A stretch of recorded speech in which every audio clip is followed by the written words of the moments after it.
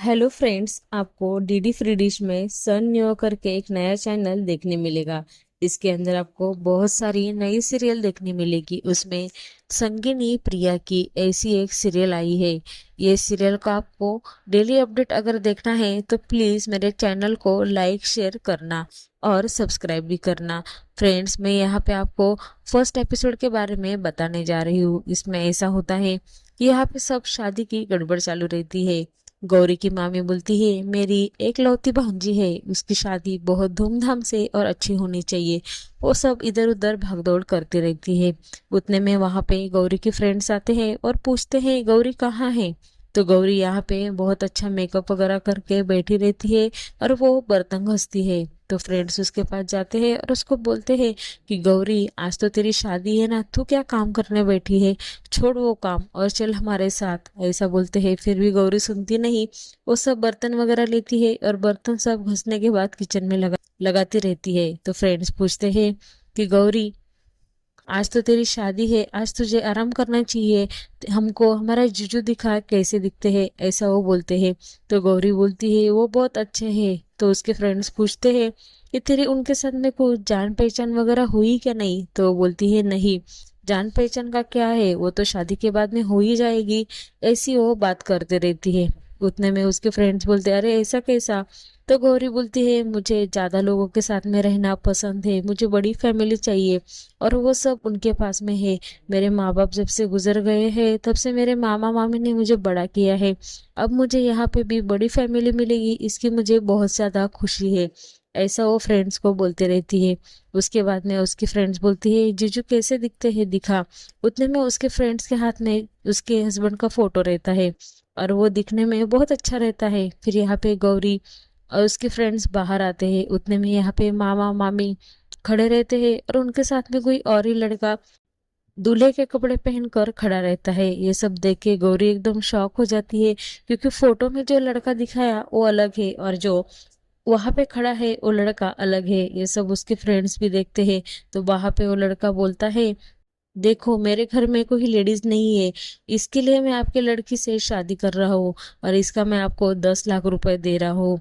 मुझे इससे कुछ लेना देना नहीं है, लेकिन शादी में कुछ गड़बड़ वगैरह नहीं होना चाहिए, ऐसा वो बात करते रहता है। तो मामी बोलती है वैसे तो शादी में कोई गड़बड़ नहीं होएगी, लेकिन हमने उसको बोला नहीं है, हमने तो उसको दूसरे ही लड़के का फोटो दिखाया है।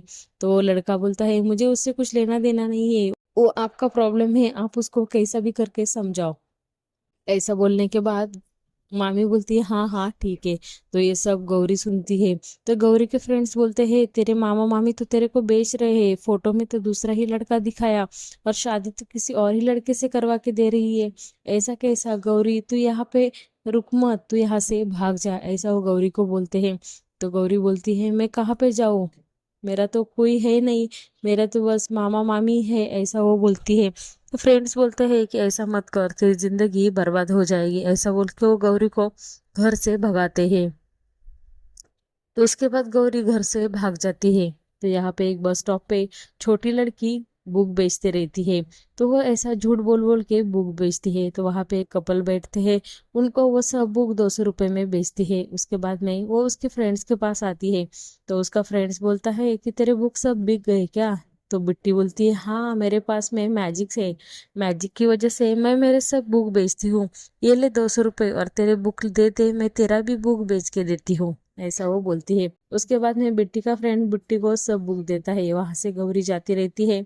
तो बिट्टी गौरी को बोलती है कि ए बुक लेना बुक लेना। तो गौरी कोई उसको रिस्पॉन्स नहीं करती। तो बिट्टी बोलती है पागल है क्या। वहां से सब गाड़ी वगैरह आती है। तो बिट्टी उसको बोलती है अरे सामने देख सामने देख। तो गौरी का कोई ध्यान नहीं रहता। उतने में बिट्टी उसके पीछे भाग जाती है और उसको धक्का दे के गिराती है। तो उसके बाद में बिट्टी बोलती पागल है क्या, क्या हो गया है तुझे, मरने का इतना शौक है क्या, ऐसा बोलती है। लेकिन गौरी कुछ भी नहीं बोलती, वो चुप बैठती है। उतने में वहां पे कल्लू सेठ आता है और बोलता है बिट्टी, तेरा तो एक भी बुक बिका नहीं है अभी तक, और ये देख इसने सब बुक बेचा है, तेरे को मालूम है ना, तू ऐसा कामचोरपना करेगी तो तेरे को क्या सजा मिलेगी। ऐसा बोलने से बिट्टी बोलती है हाँ हाँ मैं बेच रही हूँ, प्लीज मुझे सजा मत दो, ऐसा बोलती रहती है। ये सब गौरी दूर से देखती है। उतने में कल्लू सेठ गरम चाय लेता है और वो बिट्टी के ऊपर डालने वाला रहता है। उतने में वहां गौरी आती है और वो धक्का देती है और वो बिट्टी को लेके भाग जाती है। तो इधर कल्लू भी देखते रहता है कि कौन है वो, ऐसा बोल के वो गौरी और बिट्टी के पीछे ही भागता है। लेकिन बिट्टी और गौरी दोनों बहुत भाग जाते हैं तो उसको मिलते ही नहीं।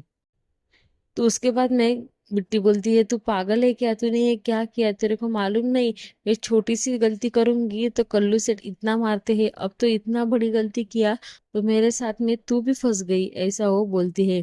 उसके बाद में बिट्टी वहां से भागने की कोशिश करती है तो गौरी बोलती है, बिट्टी रुक जा, बिट्टी रुक जा, ऐसा बोलती है। तो सामने से एक गाड़ी आ जाती है।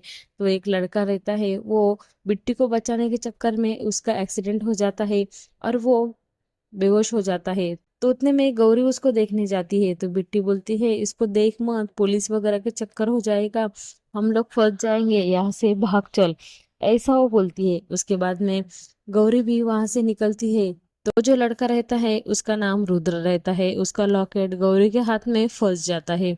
उसके बाद में बिट्टी और गौरी रात भर एक गोडाउन में सोते हैं। तो दूसरे दिन इधर रुद्र और उसका एक दोस्त रहता है, दोनों ही हॉस्पिटल में जाते हैं। तो उसके बाद में रुद्र की माँ का फोन आता है और वो बोलती है, रुद्र बेटा जल्दी घर पे आ जा, तुझे लड़की वाले देखने के लिए आने वाले हैं। ऐसा बोलने से रुद्र बोलता है कि हाँ ठीक है। तो उसका दोस्त बोलता है कि आज भी तू दारू पिएगा क्या, ऐसा मत कर।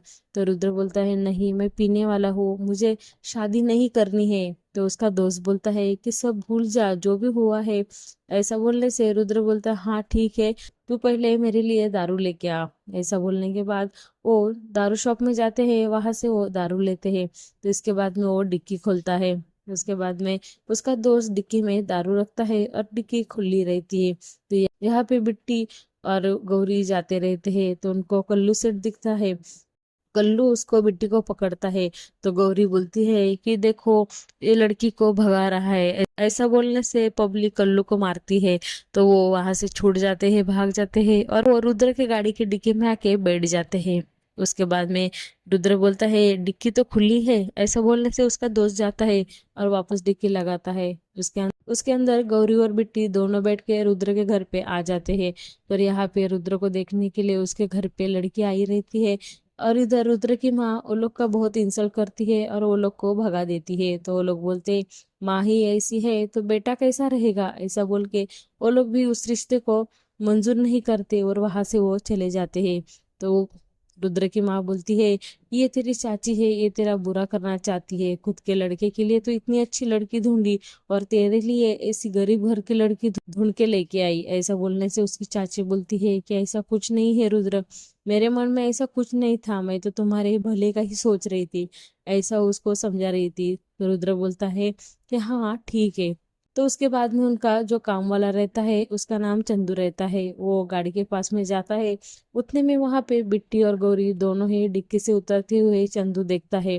तो उनको देख के चंदू के एकदम शॉक हो जाता है और इधर बिट्टी और गौरी दोनों ही एकदम डर जाते हैं। तो अगले एपिसोड में क्या होएगा ये जानने के लिए मेरे चैनल को अब भी सब्सक्राइब करो। और अगर आपको वीडियो पसंद आया रहेगा तो प्लीज़ वीडियो को लाइक करना और शेयर करना। Thank you.